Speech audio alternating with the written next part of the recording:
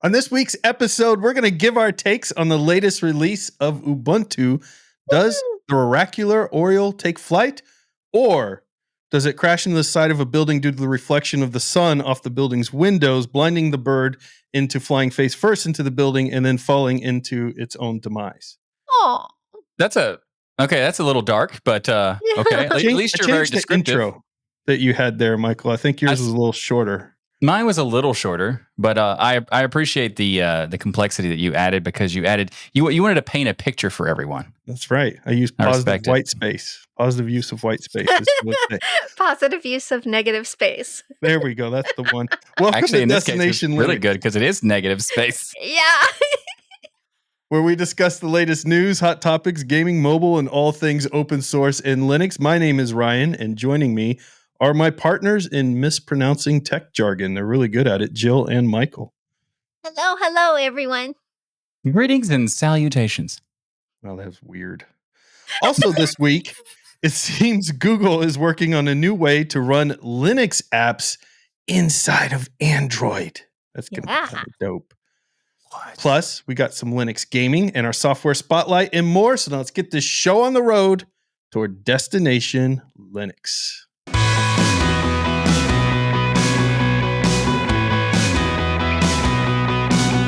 Our community feedback this week comes from Stefan. He says, "Hi, Jill, Ryan, and Michael. Big thank you for your show. Love to hear you every week. The topic of monetization recently popped up increasingly, often in Linux and open source related discussions, and rightfully so. And you also mentioned it in DL episode 390. I see what he did there. Stefan went in there and put the episode because we were complimenting other people for putting the episode. So now Stefan's up there with the greats. The greats that put the episode as a reference. I hope that they're setting the bar so that all future comments include the episode they're referencing. That'd be awesome. Incredible work. Should Zorin OS give back to Ubuntu? Is what we covered in 390. And the answer should be a strong yes. Infrastructure providers such as the unknown man in Nebraska, who unthankfully maintains a critical piece of software since 93, often tend to get forgotten in the software chain. Donations and revenue often only reach the user-facing ends of the tech stack, but they base their work on unpaid giants. Ubuntu admittedly is well-funded and user-facing themselves, but I believe that revenue should be, in principle, partly forwarded upstream. Ubuntu should do likewise, forward part of it to Debian to the projects they build upon. Of course, non-monetary contributions also count. So I do want to clarify, we did clarify in this last episode, I want to say it again, that Zorin did get back with us, and they do contribute upstream to Ubuntu, which I think is fantastic. And so also, to be clear, Ubuntu also does it to Debian. In fact, there's a lot of development directly in Debian by Ubuntu. So there's definitely there's a lot of upstream in that space right there. Yep. They go on to say, I'm working at a large cloud provider, and basically since I'm working here, I notice how colleagues of mine build their products on top of FOSS, free open source software. In the extreme case, just slap an API in front of it, take 100% of the credit for it, and not even think about giving anything back. Seeing these practices myself in real life made me not want to open source something ever. Best regards, Stefan. Really interesting take on, first of all, being able to see it firsthand like that. Secondly, your story about there being maintainers out there that work on back-end pieces. Was it SSH? This story from Nebraska, was it SSH? Something in SSH? I don't know about the Nebraska thing, but it's a very common thing that happens. I mean, there's so many different libraries and so many different tools that are used in other very expensive software or infrastructure that depends on this one little thing. That's why the XKCD was created for this, showing like these giant blocks, and it's a little tiny block maintained by one person. And that happens a lot. There are many of them, like curl is an example. Technically it's one person, and it has been that way for 20 years. There are occasional some contributions otherwise, but mostly it's just a one person. And then there's like the person who does the network protocol for time, like the management of time is also by one person. And like there's a lot of things like that. And so I don't know which one is Nebraska, but there's at least dozens of those examples. One of the distros that I think trying to solve this the best is Elementary OS. And Danielle and that team put at least this doesn't help necessarily with the back end pieces, but you remember they put into the software store a lot of recommendations for donations as soon as you were trying to download something. Now you could put it at zero. You didn't have to donate. Some people don't have the money. That's one of the great things about free and open source software, is that it makes, the digital divide disappear. But it reminded people that, hey, you are using this thing. People are spending their time and their genius programming skills building this thing. Let's give some money when you do have a little bit extra to help support this. And so I think in elementary got a lot of crap for it, as I recall, when they implemented that, which is unfortunate in the FOSS community, because people seem to think, like Michael, you mentioned last week in the episode, you said somebody's paying for it somewhere because people need money to live. And what you really were saying there, to expand upon that a little bit more, is that even the people who aren't working on a project directly for Red Hat will often, or Canonical for that matter, or one of these other big companies, it could even be Microsoft or others, they're getting paid full time. And a lot of times they either get extra time at work to work on these projects on the side, or they just choose to use their extra time to work on these projects on the side because they love open source so much. But if it wasn't for Microsoft and making a living there, or Red Hat, or Canonical, or IBM, or one of these other companies out there that they were making their living off of, this software wouldn't exist. And so it's funny because I had a conversation with some people recently on Reddit or the forum or somewhere, I don't remember, but it was interesting because some people were saying that they don't like, insert random company that's because it's too corporate or whatever. And they use this other Linux because it doesn't have any corporate stuff. And the funny thing about that is that there is literally no part of Linux distro. Like, pick a single distro. If it is using Linux kernel, you have no option to say that there is no corporate involvement. Like, the Linux kernel itself is heavily involved with corporations. And that's a good thing because a lot of these corporations are just giving development in, and sometimes they're giving funding because of like the Linux Foundation paying Linus Torvalds and that sort of stuff. And then there's also things like Red Hat who are creating fundamental pieces, and Ubuntu who's making fundamental pieces that different distros are utilizing. Yeah, Google, even Facebook has stuff like that with like ButterFS, and we have Systemd and Pulse Audio and Pipewire and so many things. There are so many pieces that are a part of the core fundamentals of the distros that you have no option. If you don't want to use a corporate funded Linux distro, then you can't use a Linux distro. That's just how it is. There's some level you just of made component. Someone go full red face. They're like pulling their hands out of their Cheeto bag, and they're like, "I'm going to type him the angriest message ever." Well, it's even more. It's even more important. Like, it's even a bigger deal to say that corporate money is involved in all these things, and it's corporations are involved, and someone's got to pay for something, and it's even bigger deal because it's literally everywhere. Like, you have to pay.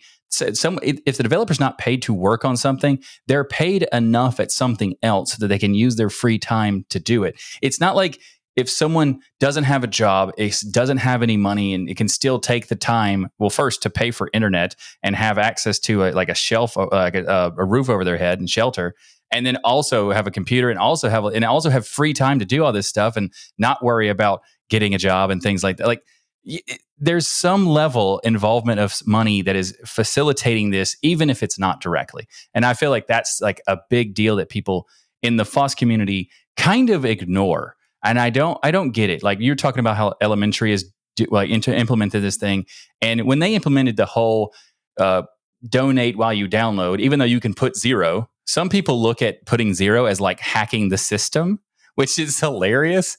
But some of them have said that, like, I figured out how to get it for free. It's like, well, they say you can do that, but also doing it for the apps where they give a percentage to the developers and stuff like that, where you can pay, and you get to choose what you pay them.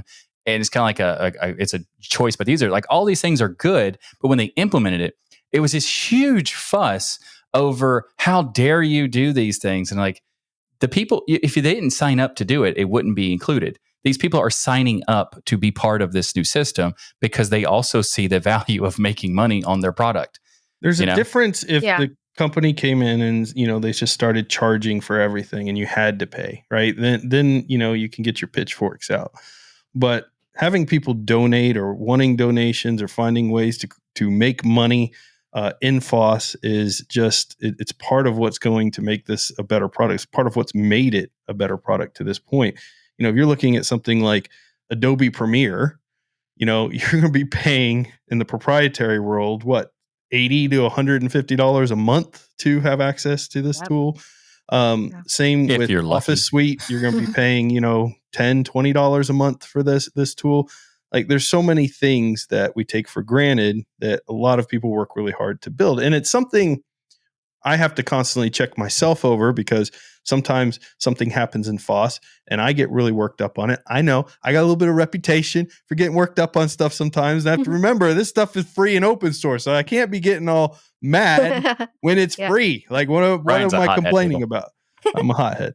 Sometimes I tend to get on a soapbox. But Stefan, I really appreciate this email a lot. I think, more people like you are going to kind of help this situation where people can come up with great ideas to make sure that the backend developers get credit. Number one, just simple thanks. People don't even know they work on this stuff. They don't even know the names of the people that work on this stuff. Would be great. Number two, ability to fund these projects, because if they go down, then we lose major components of Linux. And also not just look at, the front end stuff, but because that's the easiest one that we all see. But yeah, I love the email, love the thought. It's a really fantastic comment. What do you think, Jill? Yeah. So I was just thinking about while you guys were talking about it, about Valve funding Arch, like we talked about last week, and how that's going to help them so much. Now they're going to get paid to take care of those the framework and whatnot that they're going to be contributing to. Corporations are ruining Arch, right, Ryan? Yeah. Yeah, if the comment back was going to be, I use Arch and there's no corporate involvement, well, you're wrong. Yeah, You're wrong. you're very wrong. So Valve has done such a good job at giving back to the community, like Elementary OS did for the software centers and being able to donate. A lot of different distros copied them after that. So it was, and I want it to kind of be default for every software center to have donation buttons, because then everyone would, if it's easy, you just click a button and it goes to PayPal or whatever you want. I think Danielle and that team are ahead of the She's game there. I think amazing. that's where everything should go. It was the right move. It's still the right move to do. And people should be celebrating it, honestly, not putting it down. But I also get that people just don't like corporations anymore. It used to be like a lot of people were fans of companies. You'd be like, oh man, Google, the way they treat their employees and blah, blah, blah, blah, blah. And then, they go and change and they become just like every other company after 5 to 10 years. And I remember having that conversation with my uncle, by the way, in a car. When Google was first coming out, we were going on a road trip, and I was telling my uncle about what Google does for its employees and how amazing places to work. And they got a message board direct with the CEO, and they feed their employees and they pay them well. And there's nothing like it. It's like a revolution. And the only thing he said to me is, time will tell. And man, was he right? Right on. He was very right. Time will tell. And so, they still feed them, though, I think. I think there's a difference between appreciating what a company does sometimes and being a fan of them. And I'm no longer a fan of companies, but I can appreciate certain actions that they take. And that's the maturity that I'm trying to demonstrate these days. I think it's also important to show and demonstrate maturity, because we typically don't do that. So it's very important that we do that. But I think I also wanted to say that when I was talking about how corporations are involved in all of these different things, that's not to say that that's necessarily a bad thing or a good thing. It's just that's what it is. And thankfully, most of the corporations are involved are doing it because they like Linux and they like open source and they want to contribute to the ecosystem. There are definitely some who are doing it because it benefits them directly, but there are some that are doing it just for the purpose of helping the ecosystem. And what other platform do you see that happening in, right? Like, there's no other community or ecosystem I could think of, and not even just, operating systems, but to have a community that has, people from all different types of spectrums and different types of, positions of being, people or corporations all having the same goal is one of the reasons why open source is so powerful. And I feel like if we had, majority of the community, I feel like, are still on the side of we're willing to pay for it, we're willing to support it, and all that sort of stuff. And then the people who are anti these things are very tiny, and They're very loud. they're also very loud. Yes, They're very loud. I just feel like Pretty sure if you want to know who they all are, most of them live in our comments section. Yeah. you can just check out the Aw. comment section. Yeah. Yeah, And yeah, if you want to do something about it, you could talk loudly about being a supporter. So maybe we could kind There of you go. balance that. Yeah, Aw. I love it. Thank you again, Stephen, for your marvelous feedback. It really got us talking and thinking. Absolutely. On to some exciting news, Michael. Ubuntu 24.10 is out. Did you know that? Woohoo! It is out. But before we get to that, let's tell people how they can send us feedback. So go to Ubuntu 24.10 destinationlinux.net. is out. We don't want your feedback. We're going to talk about Ubuntu. No, I'm kidding. We really do want your feedback. We do want your feedback. So destinationlinux.net/comments or destinationlinux.net/forum, and you can send your feedback that way. And now let's talk about Ubuntu 24.10 because it is out. I don't know if you heard that. It's out. And No kidding? Really? no kidding. It's totally out. Huh. And we've spent some time with it and thought that it might be fun to share our thoughts on the latest release. There's a lot of new stuff with Oracular Oriole, which of course includes new updates of packages and tool chains and so much more. Wait a And minute, Michael. Wait a minute. What's Is that? this from a corporation? What? Ubuntu? Yes. Canonical makes Ubuntu. Oh, I hate it. Urgh, it's so stupid. Sorry. Go on. You took way too long because last time when I did my protest was in 2 seconds. You gotta No. speed it up. Okay. Next time I'll protest faster. All right. So this release comes with an update to the GNOME desktop with GNOME 47. There are a lot of nice improvements for GNOME 47. Like there's a new accent colors, but that's not really relevant to Ubuntu users because they already had that for a couple of years. But they also introduced some stuff with the Nautilus File Manager, also known as GNOME Files, but that's a terrible name. So Nautilus and many other enhancements to the overall polish, such as like the improvements to the design of the pop-up dialogues and that sort of thing. But the most notable thing is not GNOME. GNOME's 47 is a kind of a minimal update, but It's good still GNOME, good. but go ahead. Yes, but still good to have the updates. But the most notable thing by far is the kernel selection change because this newest version is coming with the latest version of the Linux kernel, Yay. which I don't remember ever happening. Maybe it has before This at is some the new point. change. The first time. This is the new change they made where Yeah. they're going to now release with the latest kernels. That's Michael. right, Where because have it you was we did been? an episode about that called Ubuntu Listened, and I Yes. wasn't on that episode. Oh, Saturday. that's right. Yeah, that was Man. during my move, and perfect timing for my move because there was like 3 episodes I wish I could have been on or something like that. I know you said you were commenting in the background on every episode. You couldn't help Every yourself. single one of them. Like, how dare you cover this? That was the episode I covered Borderlands, and I still don't forgive you for that. We might bring it back again a little later. We this should is actually. this Yeah. is exciting because the newer kernel means you get newer hardware support. You get more security fixes, but you get the hardware support as well.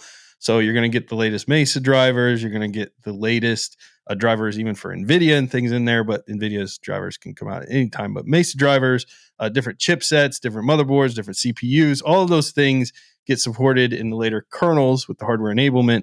And now that Ubuntu's doing this, this is fantastic. We're going to have a little bit closer to where I want Ubuntu to be with the hardware enablement piece. A lot closer than they Yeah. were. We'll give A them lot that closer. credit. It's Yeah, still this is not exactly what you wanted. It's not instant updates as soon as they come out, but it is a much better thing because they're going to be doing, for those who don't know about the new system, the way they're going to select the kernel is whatever the latest kernel is at the time of the release, they will include that instead of doing a feature freeze where they just lock down the kernel version and then release whatever it is.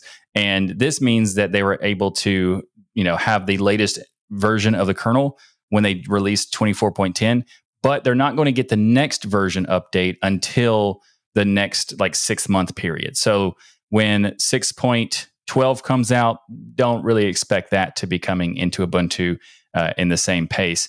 But it still is a lot better than it used to be because whether they do it or not, that's different. But I expect them to do it. Okay, don't hold your breath in order for it to see it happen. Okay, I guess Ryan's going to hold his breath too. You don't tell me what to do.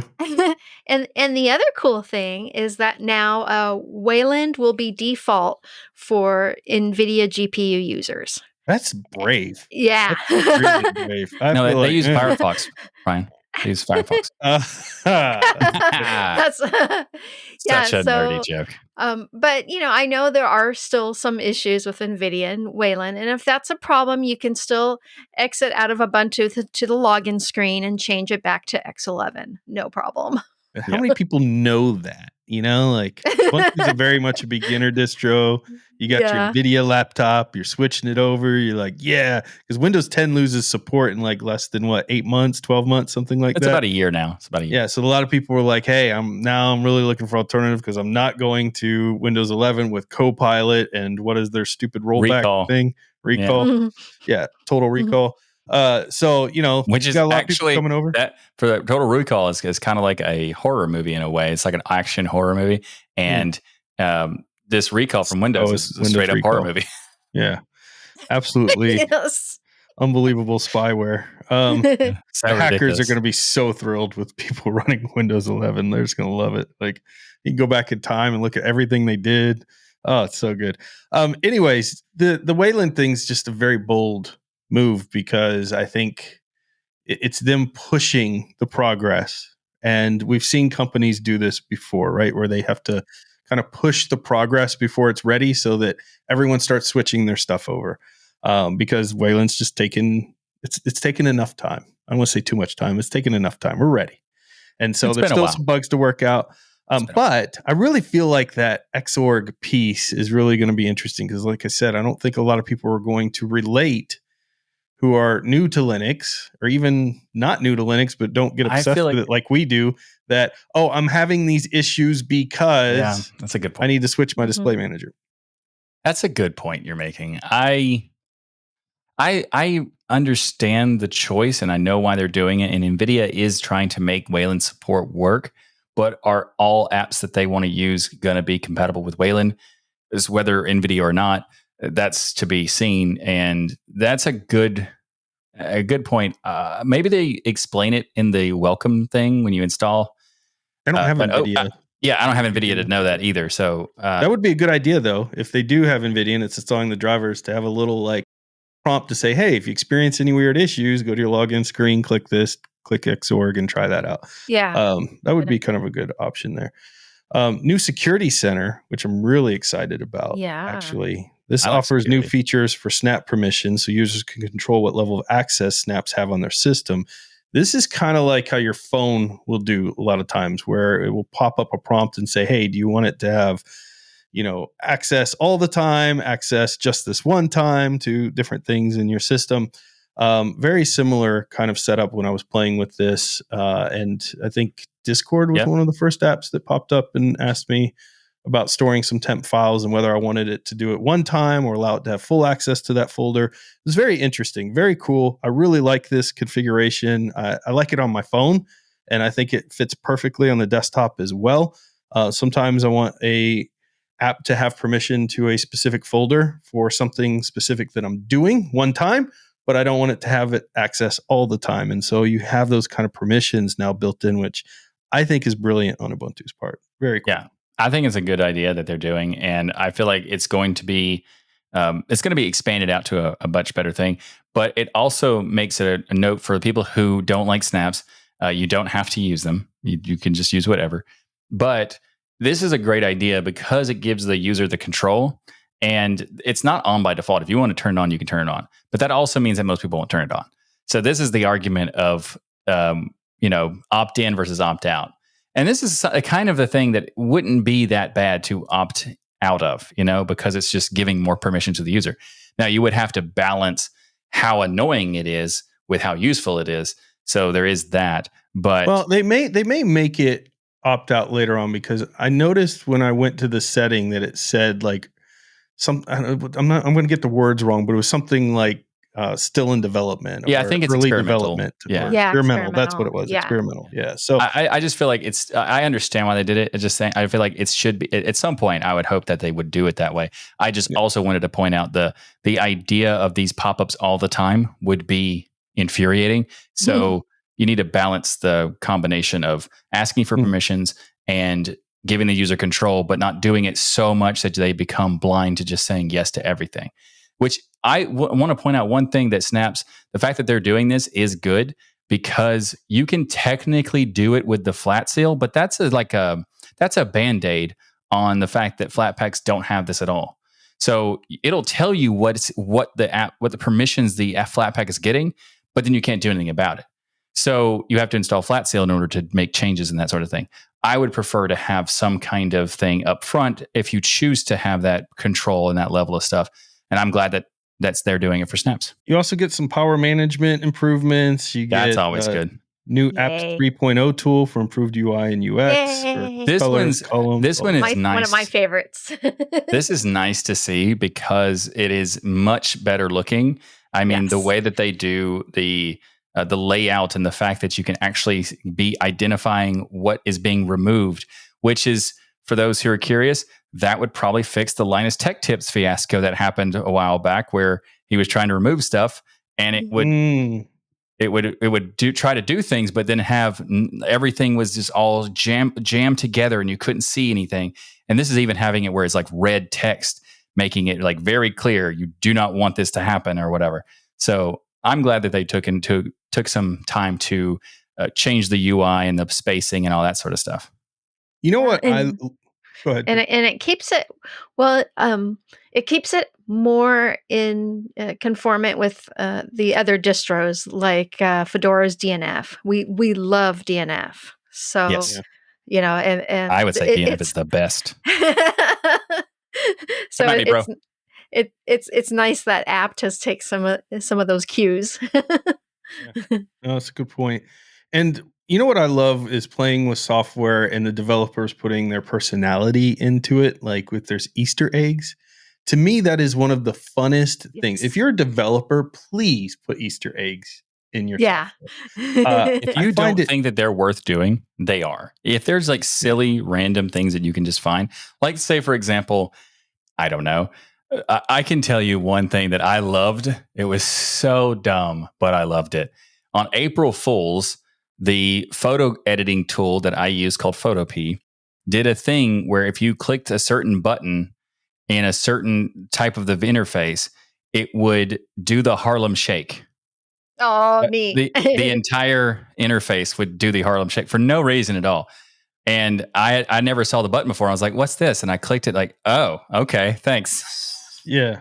So that kind of thing is fun. I adore this stuff, and it makes it so much more fun to use the software. You know, Google's kind of known for this. There's certain areas you can click and it will do animations and pop-ups, or, you know, sometimes when a site's down or something, they'll just put a video game over top of it. Or if you click a certain area, there'll be a little video game you can play. There's just lots of fun Easter eggs. And in this latest release, they have some Easter eggs that they've put in here.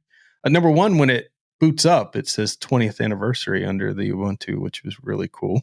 Yep. And it plays the 20th anniversary sound, which is the first boot up sound that they did in 4.10.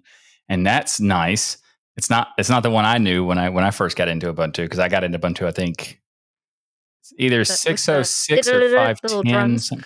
Yes, the drums. Yes. I don't remember which one it was, but that's when I first started using Ubuntu. And that one is like iconic to me. But this is actually very nice. I think if they were going to bring back anything for like a modern style and still have this kind of thing, this one's not bad. I think the drums would have been a little bit kind of shocking. Yeah. You know? It would have been. Oh, I like that they did a new version of the old brown desktop. So that's in there. Oh, yeah. That you can select. And they added a brown hue, which you can have fun with. Oh, the wallpapers too are gorgeous. And they're beautiful. Yeah. Oh, yes. The Oriole, the beautiful songbird, the one that makes it look a little bit like a cartoon. It's so cute. Yeah. There's some really good wallpapers in there. I think they did a really good job. I had to look up what this bird was. I didn't know anything about the bird, but yeah, it's a bird. I mean, it's how do you not know the Oriole? I know the baseball Orioles. I knew exactly. That's the only reason I know what it was. Yeah. But I knew nothing about the birds. What I'm saying, like I knew the Orioles was a bird. I knew Oriole was a bird. I knew the baseball team, bird. But I didn't know anything about the bird. you know. So I still now don't know anything about more. the bird. I didn't look up the You bird. should go do some research on the bird. Jeez. Okay. Michael. Now, before we move word. on, before we move on to anything, I just want to point out, if we're going to talk about the mascot, the next one is going to be a puffin, and that's awesome. Yeah, that's great. Another good one. I forgot what the other word is, but it's something puffin, and Yeah. it's just like fantastic. Great choice. But if you do not choose quokka after that, I will protest. We need quack. It is necessary. This is not a request. It is a demand. Okay, maybe it's a request. Whatever. I love it. I love it. Okay, so I want to get into y'all's take on this, but first I want to ask the community, if you have a favorite Easter egg hidden in a game, a web browser, a website, especially if it's Linux or open source software, send those in to us. I would love to have That's a little section for a while to go through those Easter eggs and share them with everybody so that they can get as much joy of them as they can. And to the Ubuntu devs, please put more Easter eggs in future releases. I love it. I love to see y'all's personalities in the hard work that you do here, making this fantastic distro. Okay, Michael, with that said, how did they do? They did pretty well. I used Kubuntu for my test. Of course. Here we go. Oh my gosh. Any chance to get on the KDE soapbox? I swear. Okay. So I was just joking. I mean, I did actually do that too, but Ubuntu's latest release is, as you would expect, it's a nice polished experience. They make GNOME usable, which is great. They have all the things that you would expect the GNOME desktop to have, and it works great. App indicators? It has app indicators, yes. Yeah. And that's nice. And they did a lot of improvements overall. And like the interesting thing about it is that this release for me feels more performant somehow. I know most of the time it's like, okay, they there's new snappy features, and it means not snaps, but it's more snappy in the terms of like speed, but you don't really feel it. You just know it's faster. This one felt faster. Definitely. I don't know if I'm just imagining that, but it felt faster for me. No, it is faster. Yeah, is better, and that's the main thing I felt with Ubuntu was the under the hood work is way more impressive than the other stuff's impressive too. But I think there's a lot done under the hood, like outside of all of the kernel stuff and things like that. It just feels snappy, way snappier. Yeah, I think it's a very nice option for those who are getting started with Linux. Hopefully, if you have NVIDIA, that the Wayland thing, we don't know. But I think that it's still one of the main staple options for people who are beginners. And it's just nice. I mean, I don't have a problem with it. I know people have like this hatred towards snaps, and I get the snap store part. The rest of it, it's not really an issue because the speed of snaps launching is not an issue for me anymore. I feel like they have drastically improved it, because I have tested it with the same application that is either a Flatpak or a Deb or an RPM on different distros, and compared it to the speed of the snap, and it feels the same, like maybe a second or two depending, and sometimes the Flatpak's a little slower. Like I think there's the philosophy of the snap, how the security isn't the same across different distros, because I mean that's true. The snap format itself isn't the most ideal. You know what? Structure. We're not allowed to talk about snaps here. But we're gonna move on. Let's talk about. But it works as it's intended on Ubuntu. So like, because every time we come up with Ubuntu, we feel like we got to pander to the people who hate snaps, and like we get all the arguments. Like, in a lot of them we've agreed with. But let's just talk about the work Ubuntu did here, Jill. So the work they did on snaps. Aw, they did improve the Steam Snap, and that's nice. Yeah. So, I actually had a lot of fun playing with Ubuntu 24.10. Like Michael was saying, it just seemed so quick and responsive. And I remember I had said that when we reviewed Ubuntu 23.10. Because that was the first distro that worked really beautifully with my Intel Arc card. I don't remember what I said 5 minutes ago on this show, with Jill's recalling. We've been recording for more than 5 minutes. Yeah, exactly. Like goldfish brains over here. So I had tested Ubuntu 24.10, both in a VM, and it seemed really quick and fast in that VM, and on bare metal on one of my older Dell Optiplexes, and it ran beautifully on both, as Ubuntu almost always does. But what was so exciting for me is actually I purposely didn't read all the reviews when I tested out the ISO first, because I wanted to go through them myself, and I found one of the Easter eggs.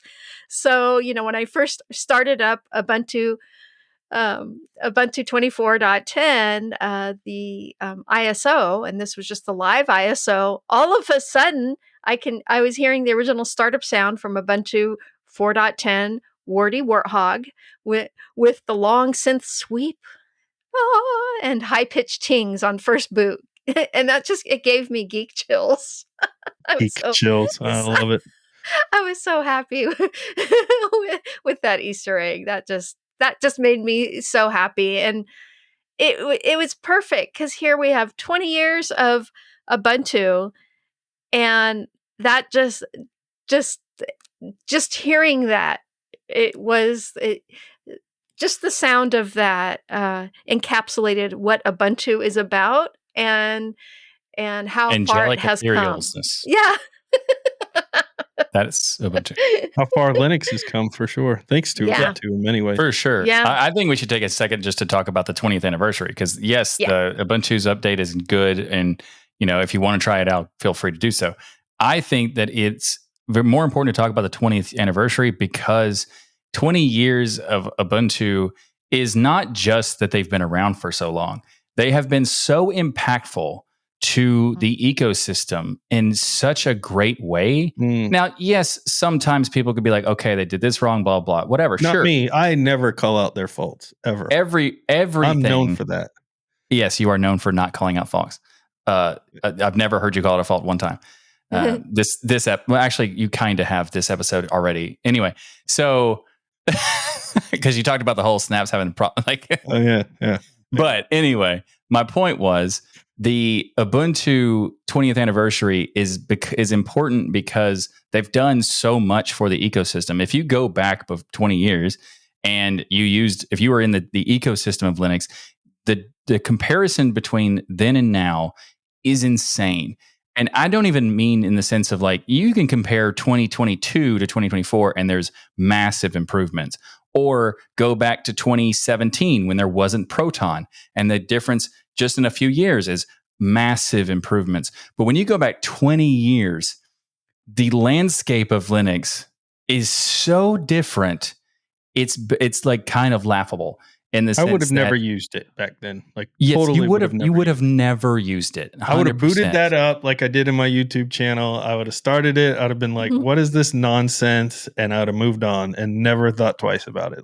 That's what Ubuntu changed. They were the ones that made it user friendly. I feel like it's just important to mention that, because there were companies that attempted to do this. I said this on a stream or something, and someone commented that Lindows existed and it was prior to Ubuntu, and that's true, sort of, because Lindows was made, but it really wasn't it really didn't do what Ubuntu did, and it only lasted for a year or two, and before they sold the name to Microsoft. So Microsoft owns Lindows, and then really, I didn't even know that. They sold it for I thought, what a dumb 20 name. million. Lindows, really? Well, it was the whole combination of Linux and Windows, and that's why they named it that. But technically, what's funny is that the history is that they lost the lawsuit. They sued Lindows to get it, and they lost it because you can't trademark the name of a physical item that exists, Windows. So they bought the name Lindows, and but what's funny is that the thing that happened with that particular project is that they came back with something called Linspire, which was based on Ubuntu. Yeah. And what is okay, now Ubuntu, now it's still Ubuntu. And then if you go back even farther, there's Mandrake. A better name though, Yeah, Linux Mandrake. I don't know if Linspire is that much better. I like honestly. Linspire way better. Listen, Lindows sounds like when you go to the store and you get Linspire over Lindows. Yes, I thought you were saying over Ubuntu. Oh, no. Yeah. Like Lindos sounds like an off-brand cereal, and you get like It does. the It's Bookie like a Crisps ripoff. or whatever, Yeah. like you're getting the store brand of the cereal. That's like That's a Lindos. perfect analogy. Yeah. But So, Linspire isn't much better than that. Yeah. Yeah, Michael, before that, as distros with easy installers were Linux Mandrake. That was the original name. And then Mhm. before that, Corel Linux had a very good installer. Heard But about Corel Linux, yeah. Ubuntu just did it beautifully, made it easy. And one of the biggest things is it had a huge community around it. Mhm. So you could, people had problems with installation. They can find out on the forums. That was amazing. It was that community really that was Yeah. the I tried cherry on Mandrake. top. I tried Mandrake, and I don't think there was ever a community involved in Mandrake. Like there was, but Yeah. not like a big scale that you could actually find. But it was interesting because it was easy to use, but it was also like it was Slick. only around. It was only around for a couple years, and I don't know what happened. I know there was like some legal stuff with Mandriva. Well, thanks for becoming the story, Mandriva, Grandpa. blah, blah. Let's go back to talking about Ubuntu. My point is that Ubuntu came on the scene, created a whole new landscape for the ecosystem, and then people started copying the ease of use, and now we have so many distributions that have that claim of ease of use that we have to, people ask like, which one's the best? And like, well, there's so many that you could choose and they're all good. So, pick what you like. It's basically the answer. But before that, it was very hard to get people to go into Linux, and Ubuntu made it possible for like a few years. The only option was Ubuntu. Like that was all you could say. If And someone then was go ahead getting and go it. to the next slide you have, Grandpa. On All right. So in 1997, I had never heard of Linux actually at the 97. So anyway. All right. So back to this latest release. Yes. You've got the gorgeous wallpaper. I love the security center. Michael, you said, hey, people won't know about it. Of course, I'm a nerd with privacy. So the security, the first thing I went to was that new tool in the security center. Which Such I a nerd. The App Store is really, really clean. I love the recommendations. Fast. They even included one that was like called Game Night, and it had suggestions like Discord, Steam, and Minecraft installer, but it was just very welcoming. Like you didn't feel like you were going to some old archaic store getting some old archaic software. It just looked really beautiful and inviting. One of the best stores I've seen in a long time. App Indicator was there. I tested that. One of the first things is I installed Discord to see if an app indicator would pop They've up. had indicators for many years. It's just great that they still do. I just have to keep testing it because GNOME and their terrible error and that they keep doubling down on. They're like, I know they're right, but I'm not going to change it just out of spite. We're not going to do it. Well, they think that they're right for some reason. Who knows? No one's ever given an actual valid answer, but that is an echo chamber if I ever saw one in my life. If they think that people like that is the biggest echo chamber of 10 people on the planet that I've ever heard of supporting that decision. Firefox was a little tiny bit, I don't even want to say slow, hesitant the first time I clicked it. Like it was just a teeniest amount of seconds, and then it popped up, and then the next time I clicked it was super fast. I was specifically paying attention. The fact is, in any other distro, it may have been just as long on the first click for Firefox to launch the first time. Anyways, but just because that's been an issue in the past where it was very noticeable, I will say it was only noticeable because I was sitting there staring and counting in my head how long it was going to take. Like it was very fast. Okay. But it was a hesitant second more than if I, after clicking it for the first time. So there's that. One of the things that bothered me is right-clicking on the taskbar on the right of the screen. Well, I guess they call it a dock, but to me it was like a taskbar. I think they call it the launcher. Launcher. Well, yeah. They call it the dock when you're customizing it. If you right-click on it, nothing happens. There's no menu. There's nothing that pops up to allow you to do any type of customization. And I get it. GNOME's kind of like, hey, we want the desktop to be out of your way. But it would really be a desktop out of your way if you just booted up and it was a blank screen and there was nothing there. Like that would be super simple. That would be not functional. The definition of out of your way, not there. but not functional, right? It wouldn't be very functional. So I get GNOME's idea. I want that we someone things to be out of take your that way. challenge and see if they can make a desktop that's not there. It's still somehow It's kind of like i3 in a way. I mean, i3 just kind of boots up and there's nothing there. You know, you got done That's true. shortcuts to run your Nothing menu. is there, and you have to learn how to use the thing you don't know how to Yeah. use. Yeah. That's true. But I feel like there's a balance between simple, which I know GNOME's goal is keep it out of your way, and then the KDE level, which is customize everything. I think there's somewhere in between. You could even be more towards the simple side of things is fine. But if I'm right clicking on a dock, taskbar, whatever, I expect to have some simple settings. Yeah, right a menu to edit that. Like even if you don't 100%. have stuff directly in that section, right clicking it and there's only one menu option to edit the panel or to edit the dock. Like that's it. That's all you need to have because that's the only reason someone would right click that part of it, you know? Exactly. And the whole thing is it's like it's as expected in any OS as when I click the start button or the launcher button for any OS, I expect it to open a menu.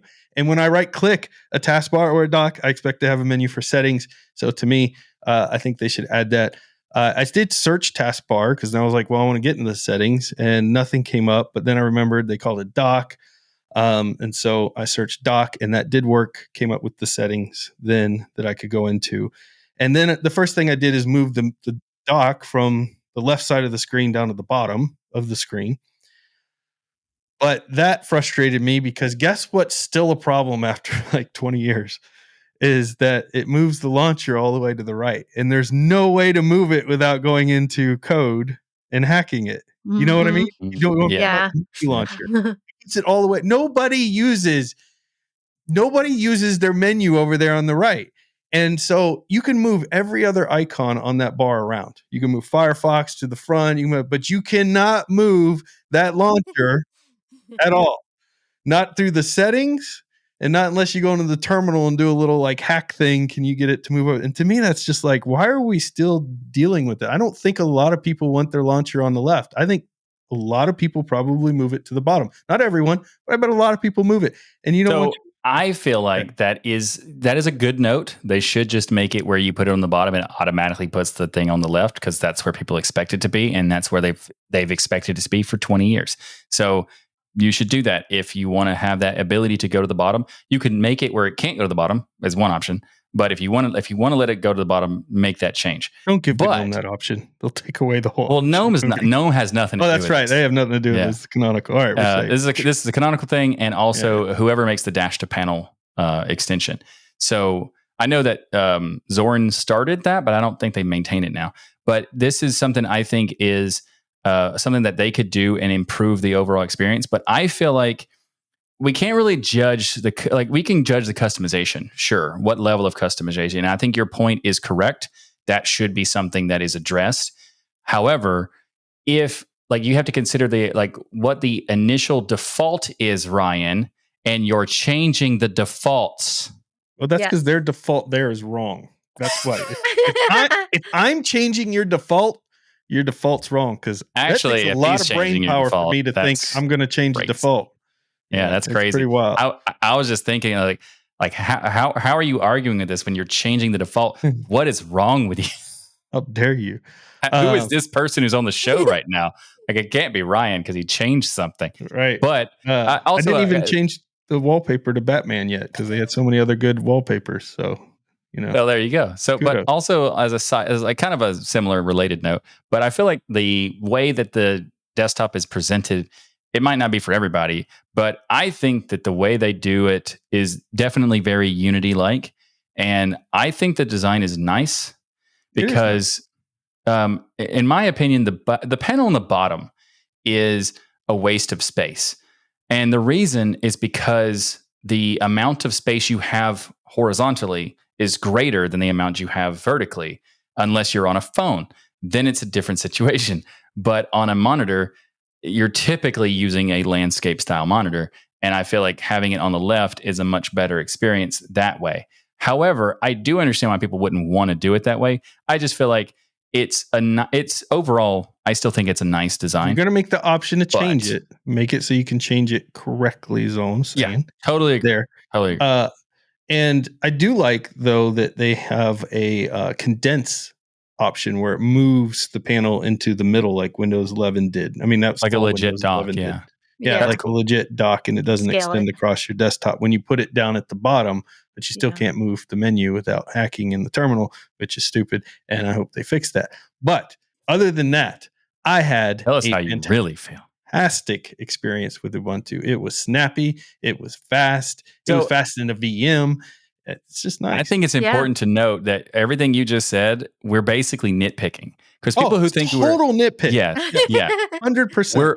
It sounds like we're hating on Ubuntu now, but at the same time, we're not. We have criticism, because anytime you have something, like, there's going to be something that you can improve on, because that's just how life is. So we're giving you things that you can improve on, but for those who think we're hating on them, not really. No, it's pretty good. It's you quite haven't good. seen us hating on something. You think that's hate? That's great criticism. You should go back to some previous episodes. There, I'll show you some hate.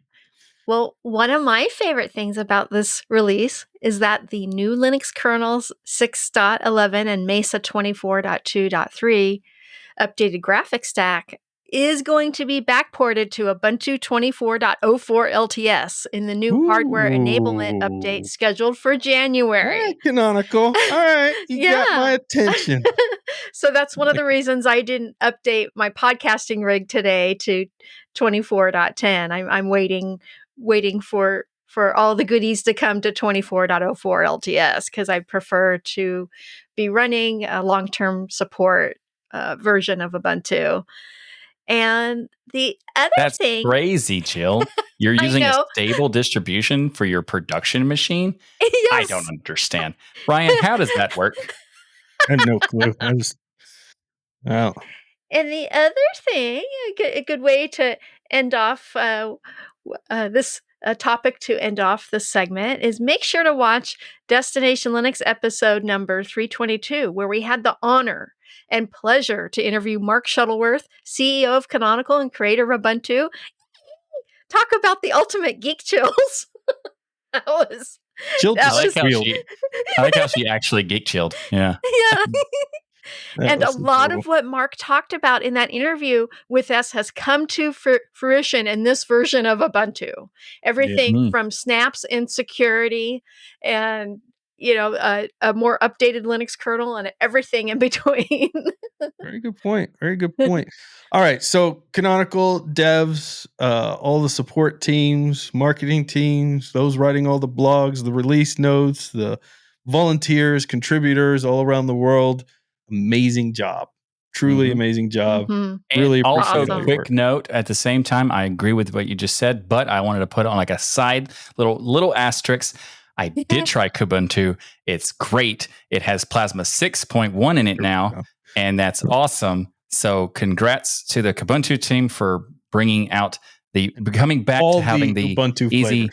Flavors. Yes, KDE. Obviously, I'm gonna have a favorite. All right, but the flavors are great. Moving on, because we're once again running out of time, because we're cannot apparently ever do a topic where we don't go an hour on it and one single topic. So let's test ourselves here. Let's try to go through this one. Okay, less than 10 minutes.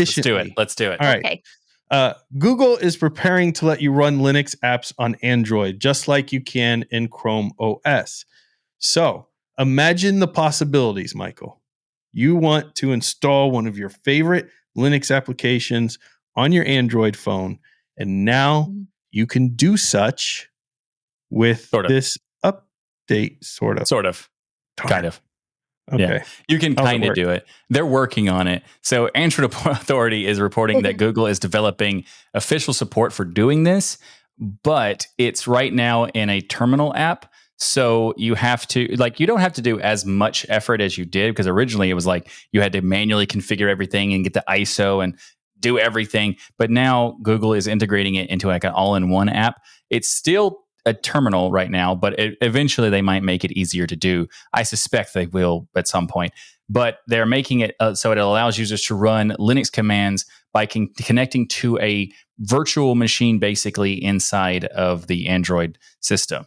So yes, Android is based on Linux, but it's not It's very modified. It's like a Frankenstein monster of Linux, but they're making it possible to use this virtual machine to have a Linux process running some applications. And right now they're testing the different types of applications you can do, but there is a lot of potential that this will become a thing, even to the point of having like, it has graphical support for applications that are just, graphic apps to be on your phone, and then having like some input support for sending that data from the phone to the application and all that sort of stuff. So it does seem like there's a lot of potential, and they have been testing it on multiple different types of devices.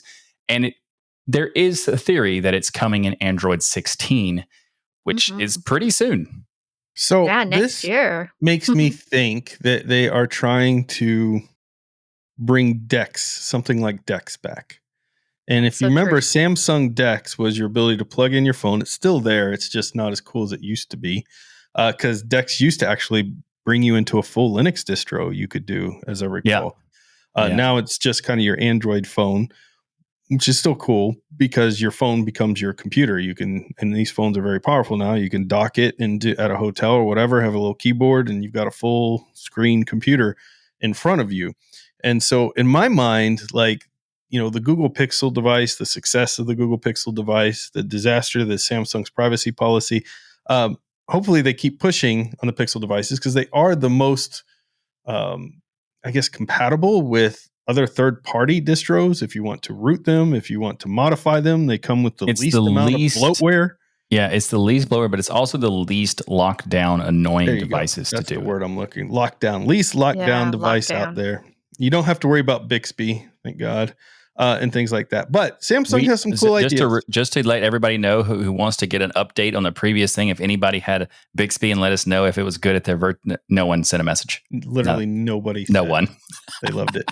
In fact, I did see a comment asking how to remove Bixby off of a device. So that was one. It was a legit comment of like, how do I get Bixby off my device? So there was that. I like this idea. I hope that they turn it into a situation where you can plug in your Pixel device and get a full Linux distro experience potentially out of it, or have that option. I think it would be super cool. Moving on, Michael, what else is happening in the news?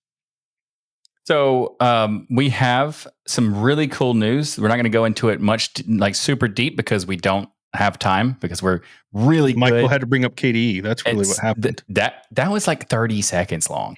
30 minutes. 30 seconds. But we wanted to take a moment to kind of tell you about this really pretty cool idea of getting Linux playing games on Apple hardware.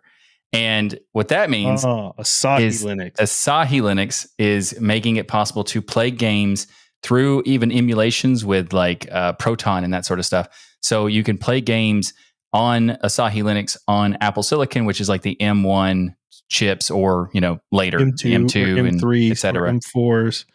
Yeah, all that good stuff. This is and really it's cool. actually not bad performance too. That's what's crazy. Yeah.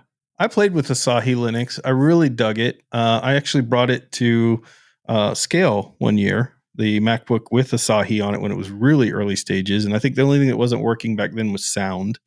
You had to plug headphones in. You couldn't use sound through the speakers, but I think they have massively fixed that. That was like, they fixed it like at least a year ago or something like that. Yeah, but they've done incredible work. The developers working on this, by the way, are, I think, some of the most incredible hackers. They're reverse engineering Mac's hardware to do things it was never meant to do. And now they're trying to make it game on top of that, which is like triple reverse engineering everything. Which is funny because it's like Apple doesn't care to make their systems game, but people want to game on their systems. And Linux is making that happen. Yes. Yeah. Like, once again, that's crazy.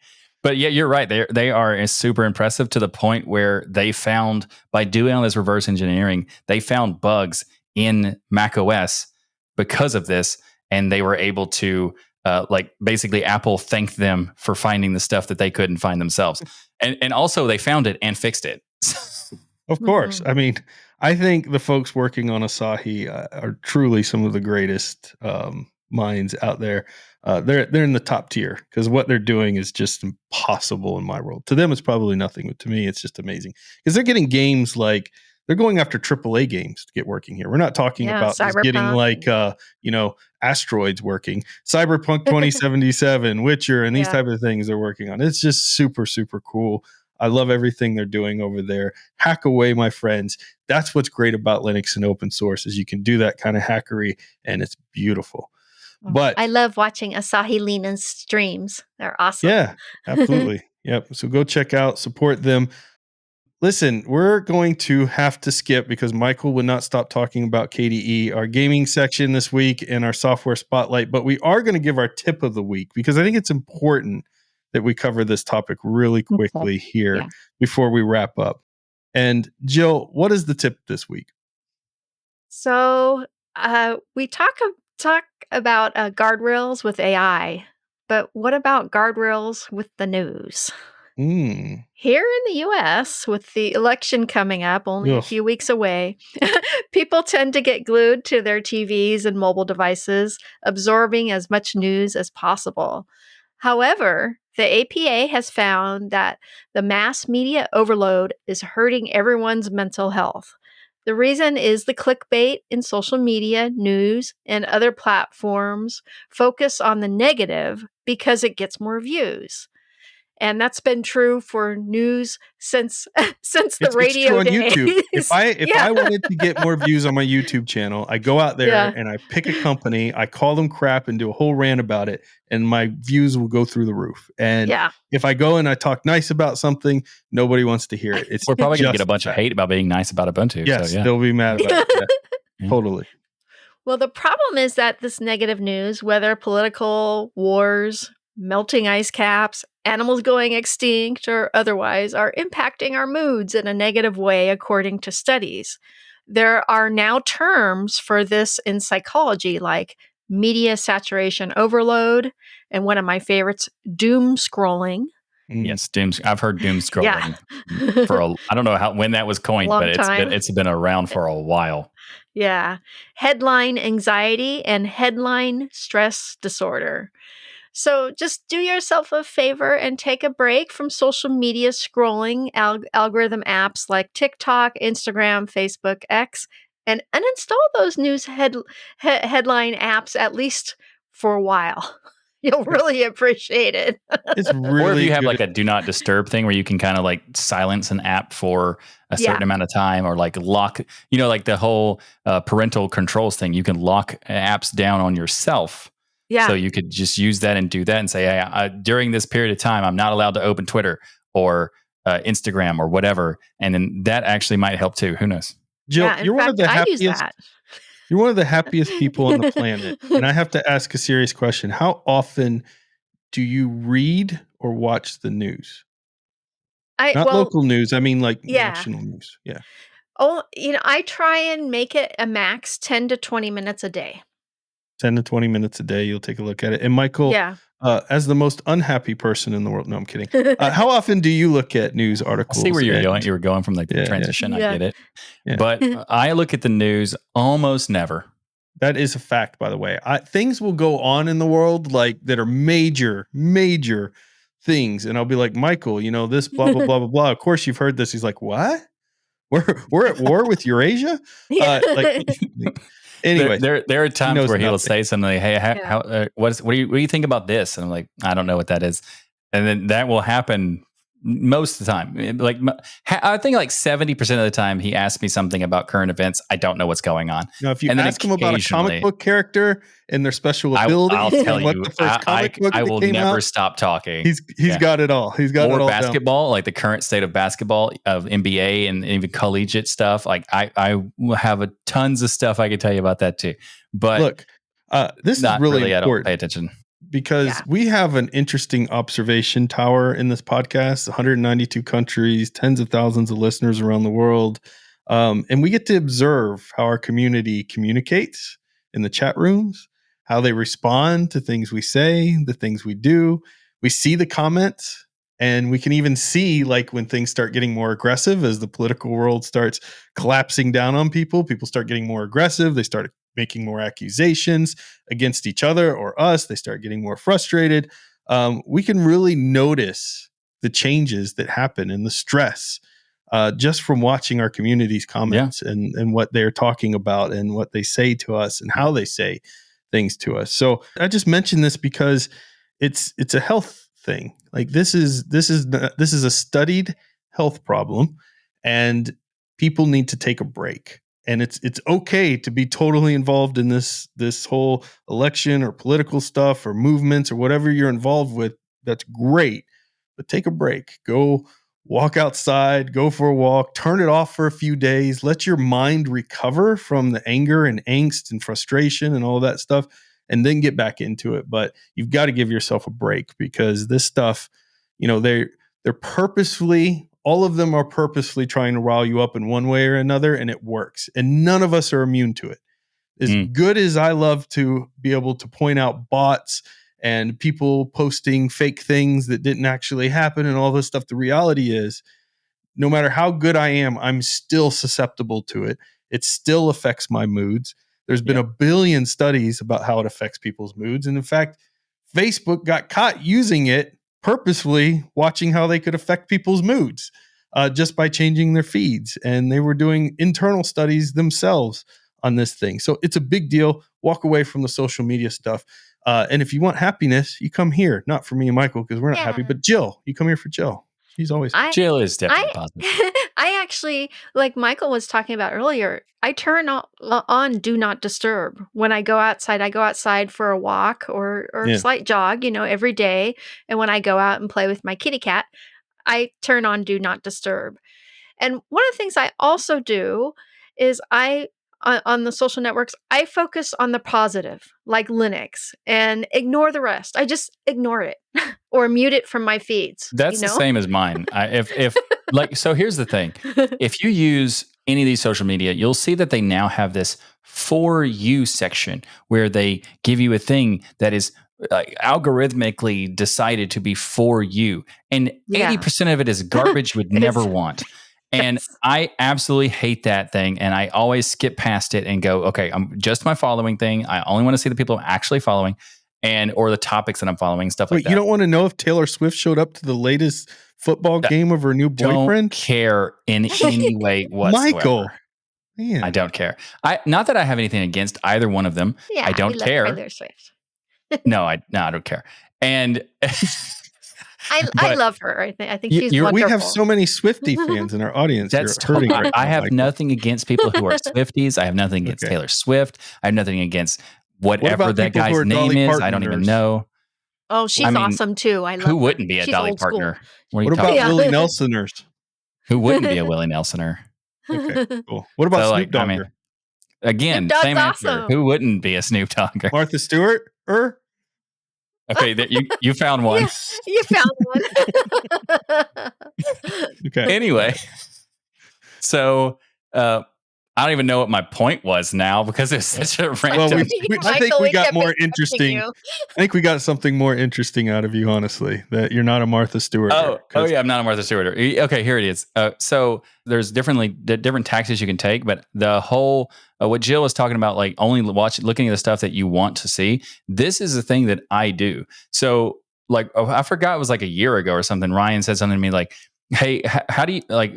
Twitter's getting so awful now or something. Oh my gosh, yeah. And I said, I said, Twitter's fine. It's fine for me. And the reason is because the only stuff I get outside of that stupid For You thing is the stuff that I have subscribed to. And the stuff I subscribe to are things that I'm interested in, like basketball, he's comics. Lying here Linux a little bit because he never opens Twitter too. So it has no idea. Okay, no. At the time I did. Now I don't even open it really. But occasionally I'll open it, probably like once a day for 2 minutes or something like that, or maybe like once every week for 10 minutes. I love free speech, but some of y'all need to shut up. All right, that's true. But real quick, I just wanted to say this one thing. So I know I'm making it even longer. Sorry, but stop. It's like Grandpa's got to tell another story. The reason I wanted to talk about this stuff is that Ryan was making a joke about how I don't pay attention to these things. And that's on purpose. I used to follow politics every day. I used to follow current events all the time, across the world even. And I used to be stressed and all that all the time because of it. So I just decided at some point, I don't remember why, but I just thought, like, this is too much. I don't want to feel like this anymore. I'm just going to stop looking. And I did like this 30-day challenge that I was going to, like, okay, I'm just going to, for 30 days, I'm not going to look at anything. And I just enjoyed how I felt at the time and just stopped looking at it, period. And pretty much didn't go back. Like maybe once a month I look at politics, and almost that's maybe even not that. So if you want to do an extreme jump like I did, it might even help. Yeah. You're probably, no, Good not idea. probably. You are being manipulated. There's science behind it. It works really well. You're not immune to it. Just take a break. Because I think if we have more people taking a break, that's more time for coding on Linux. That's better open source software that we'll get as a result. Exactly. And everyone and people will be happier because they won't be watching, looking at all that nonsense, and they can do even more. And what you have to look forward to instead of learning about the latest news on Martha Stewart is the Ubuntu Summit is happening at the end of this month in the Netherlands. And we have the Scale 22nd Annual Southern California Linux Expo taking place. This is a slight little nitpick thing. The Scale 22 thing, let's just call it 2025. Just say what year it is. Why do you need to do that? We are closing the show out. You're done. You're done with the critiques, Grandpa. I guess I'm done. People. Yeah. Come on, Grandpa. All right. And they are calling for presenters. So if you want to present, and also they have a youth track. So if you're young and Michael, you're too old for this, but the youth track out there, if you want to present, we have a lot of young people in our audience. This is a great opportunity to promote your thoughts on a distro or a topic and get it submitted in there. And that's our show. So a big thank you to each and every one of you for supporting us by watching or listening to Destination We made Linux. it. However you do it, we love your faces. Come join us in our Discord at tuxdigital.com/Discord. Michael, you don't get a chance to do your part. So if you want to support the show, go to tuxdigital.com/membership or tuxdigital.com/store to get awesome products that we have, like the shirt Michael has on. Jill doesn't have anything from the store today, which is so disappointing. Jill, unbelievably. Oh, there you go. Ryan, you're wearing a UFC shirt. What are you talking about? Shut up, Michael. All right. And then make sure to check out all the great shows here on the Tux Digital Network. And You're everybody, not even letting Jill say anything. No, nobody gets to talk. I'm closing this show. Y'all got way too much talking in this show. Way too. Everyone have a great week, and remember that the journey itself is just as important as the destination. I'm out of here. And keep those Linux penguins marching. Yeah, go to tuxdigital.com/membership. No, Michael, everybody, do that. Oh yeah, do that. But Michael, shut it. Thanks for watching, everybody. We'll see you next week. See you Love next you week. all.